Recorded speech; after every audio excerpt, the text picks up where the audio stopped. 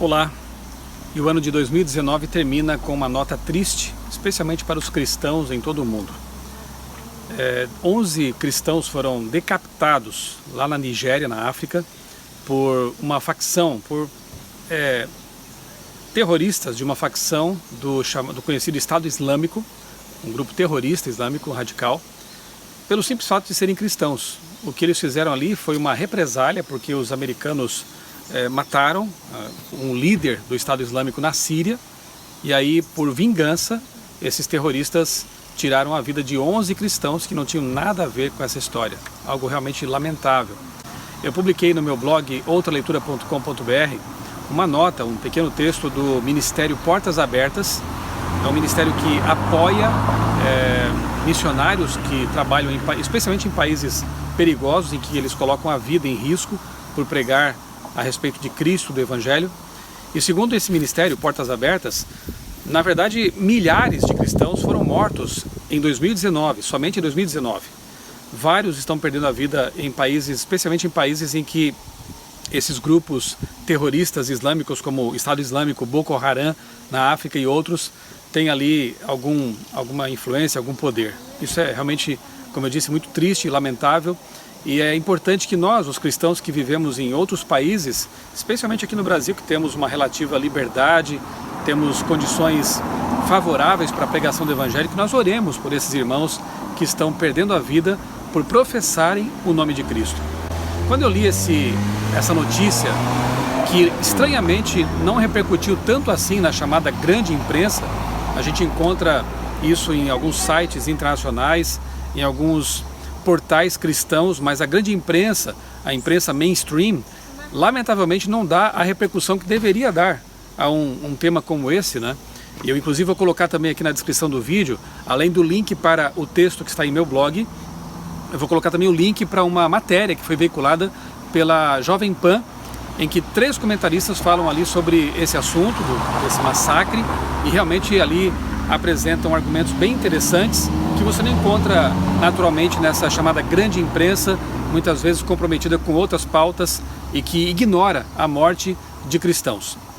Bem, quando eu li essa notícia, além de ficar muito triste com isso e orar por esses irmãos que estão perdendo a vida, eu também fiquei refletindo sobre o que é realmente ser um cristão.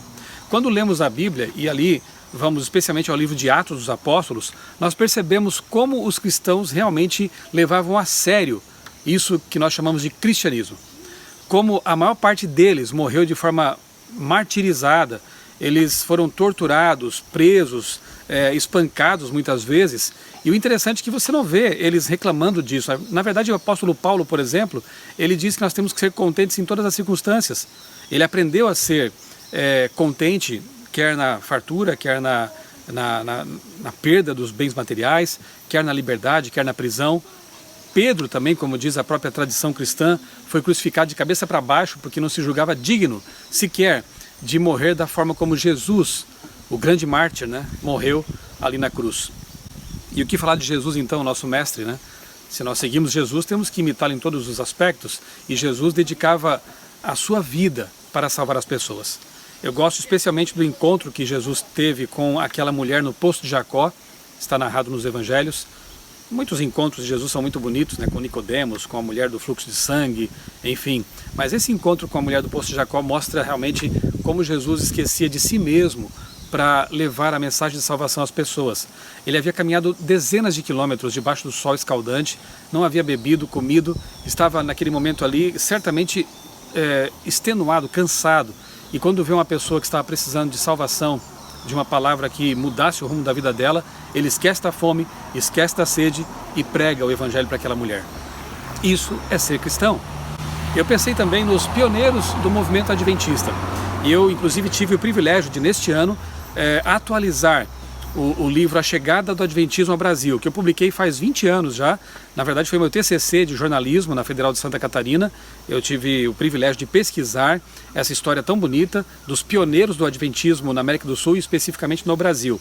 E agora a Casa Publicadora Brasileira vai relançar esse livro, que conta histórias como, por exemplo, a do primeiro adventista na América do Sul, que foi George Riffel, que abriu mão de uma vida confortável, lá para os anos 1870, 80, para voltar à Argentina e pregar o evangelho entre as pessoas que ele havia conhecido aqui no continente sul-americano. Ele abriu mão, como eu disse, de uma carreira promissora, abandonou inclusive parentes para poder pregar o evangelho numa terra diferente, em circunstâncias não tão favoráveis.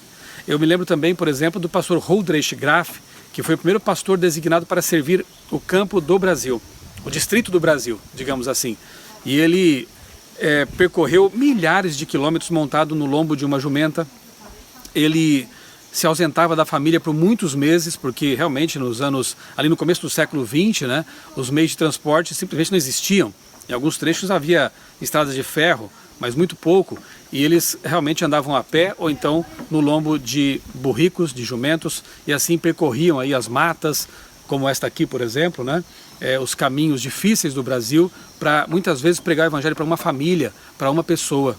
Me lembro de pastor Frank Westphal, que foi o primeiro pastor que veio fazer os batismos aqui na América do Sul, que também deixou seu conforto lá nos Estados Unidos e veio para a Argentina, depois esteve no Brasil também fazendo os primeiros batismos, perdeu uma filhinha para uma doença tropical e nunca reclamou de Deus, a esposa também nunca reclamou de Deus. Na verdade, tem um parágrafo que eu reproduzo em meu livro e que faz parte do testamento do diário do pastor Westphal, em que ele conta que a esposa diz que se pudesse voltar atrás, ela faria ainda algo melhor pelo Mestre Jesus. Nunca reclamaram. E eu fico pensando, se fôssemos nos comparar com esses pioneiros, com os primeiros cristãos que deram a vida nas arenas, foram devorados por leões, se nos comparássemos, quem sabe até com esses irmãos que estão morrendo na Nigéria, em outros países, sendo perseguidos por sua fé, irmãos muçulmanos que aceitam Jesus e não podem nem declarar publicamente isso, porque podem ser mortos ou perseguidos ou expulsos de casa. Eu fico pensando, será que o meu cristianismo realmente pode ser chamado de cristianismo, uma vez que muitas vezes nós, quem sabe até temos preguiça de nos deslocar alguns quilômetros de carro para pregar o evangelho, temos, quem sabe, receio de abrir mão de alguns confortos para ajudar a salvar pessoas. Eu quero deixar com você nesse fim de ano uma reflexão nesse sentido, para que nós possamos realmente, inspirados no exemplo desses irmãos que perdem tudo para ter a grande pérola, a pérola de grande valor que é Jesus Cristo, nós possamos também nos motivar a fazer mais por Jesus. Eu te convido no próximo ano, 2020, a ter uma vida diferente com Deus, a se comprometer a dar estudos bíblicos, a se comprometer a sair um pouquinho da sua zona de conforto para ajudar o semelhante, pessoas que estão sofrendo, pessoas que precisam tanto desse conhecimento que você tem por ser um cristão. E que a morte desses irmãos, milhares que deram a vida neste ano, não tenha sido em vão. Que realmente a vida deles nos inspire, a morte deles também nos motive a ser melhores cristãos e a dedicar nossa vida à pregação do Evangelho e a servir de coração e de verdade o nosso Mestre Jesus Cristo. Desejo a você um ano muito abençoado, inspirado no exemplo de Jesus e desses milhões de cristãos que ao longo da história deram um testemunho tão bonito do que é ser um verdadeiro cristão.